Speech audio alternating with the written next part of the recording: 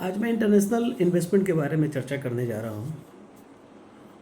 जो domestic mutual funds होते हैं, जो भारत के म्यूचुअल फंड हैं, वो दो तरह से विदेशों में पैसा निवेश करते हैं। भारतीयों का आरआई रेजिडेंट इंडियन का या तो वो किसी इंटरनेशनल फंड में, म्यूचुअल फंड के स्कीम्स में पैसा लगाते हैं, तो इंडिया में वो फंड ऑफ फंड कहलाते हैं कि वो चूँकि एक फंड में लगा रहे हैं पैसा, उसको हम लोग फंड ऑफ फंड कहते हैं। या और दूसरा होता है उसके एक्सचेंज में, कोई इंटरनेशनल एक्सचेंज हैं जैसे नेस्डेक हो गए, तो इस प्रकार के सीधे नेस्डेक में अगर आप पैसा लगा रहे हैं तो वो भी एक तरीका है।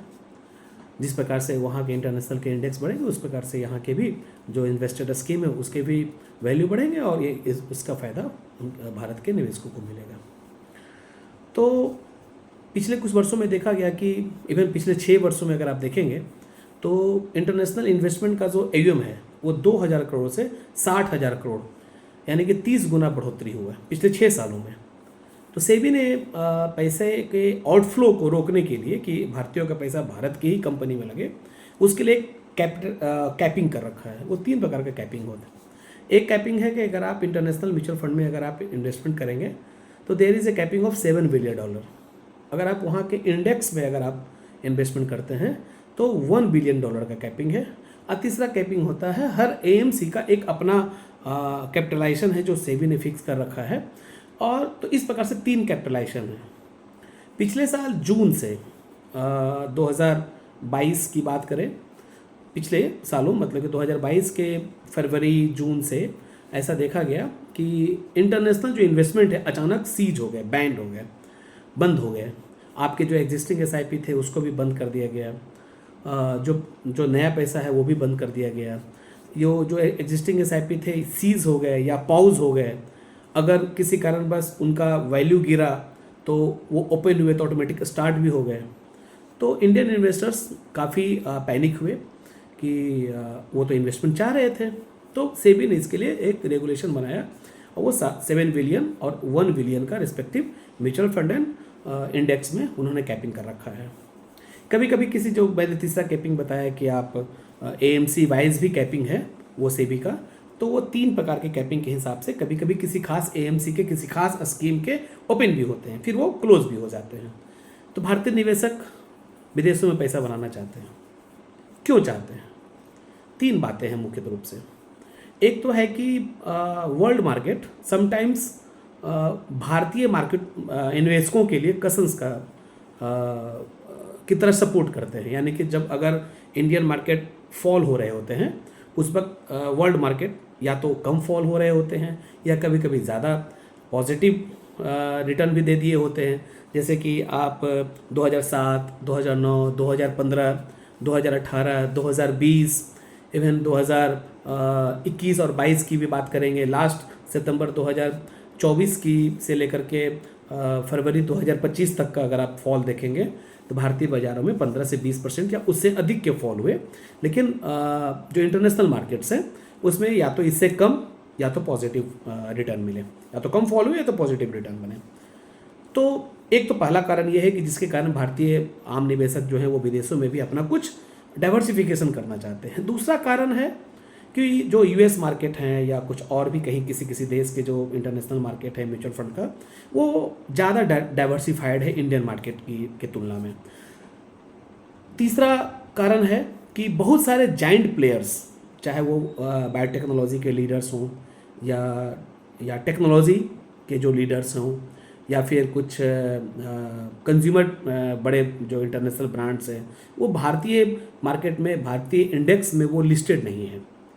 तो उनका फ़ायदा भारतीय निवेशकों को, आम निवेशकों को नहीं मिल पाता है। और अगला कारण है, ये देखा गया है कि पिछले 25 सालों में तकरीबन 2.8% या 3% के लमसम में या उससे थोड़ा कम 25 सालों में रुपया डिप्रिसिएट किया है।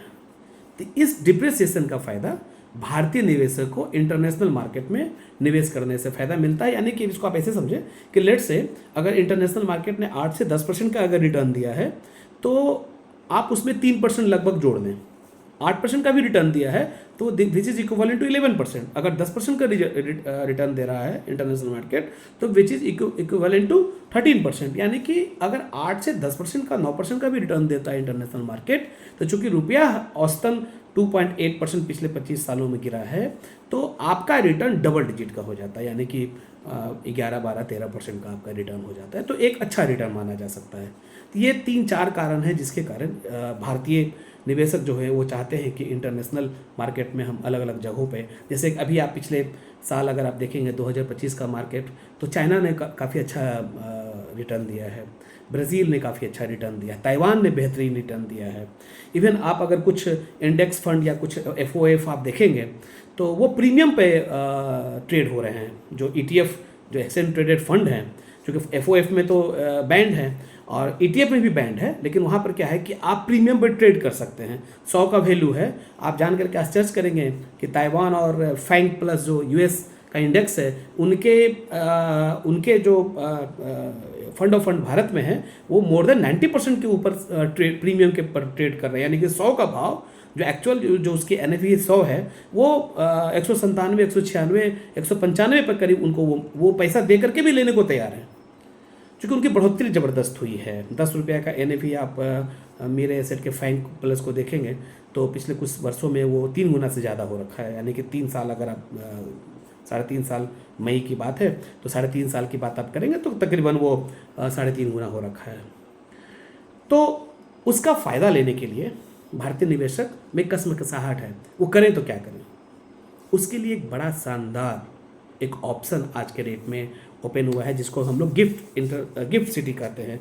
Gift city which is known as Gujarat international financial tech city, Ahmedabad में स्थित है। और सबसे बड़ी बात है कि इसका जो एक रेगुलेटर है वो सेबी के अलावा IFSCA है।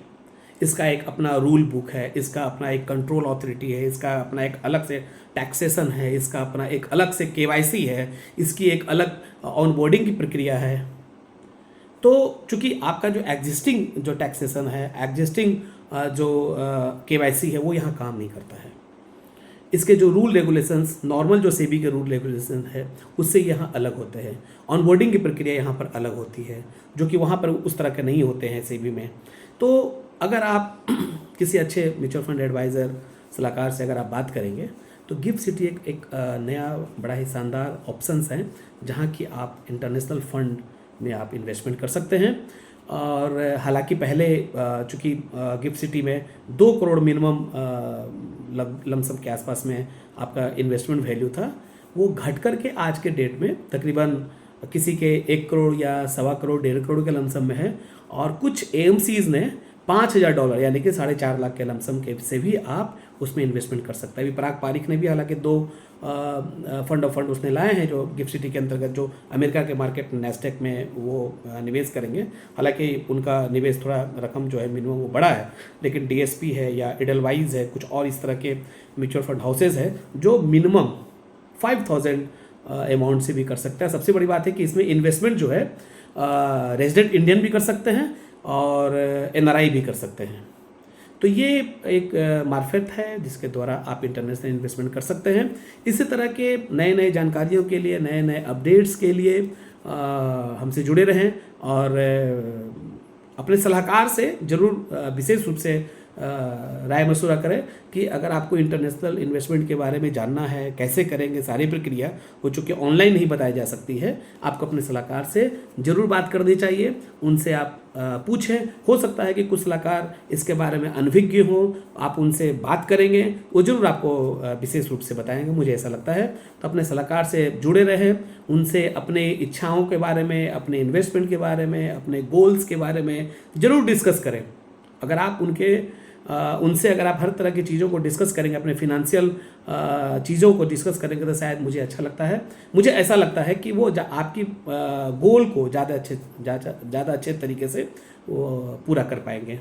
तो थैंक यू। इंटरनेशनल फंड्स के बारे में अगर कोई भी अधिक जानकारी भी अगर लेनी हो तो आप अपने इंडिविजुअल जो आपके सलाहकार हैं उनसे आप संपर्क कर सकते हैं। Okay, thank you.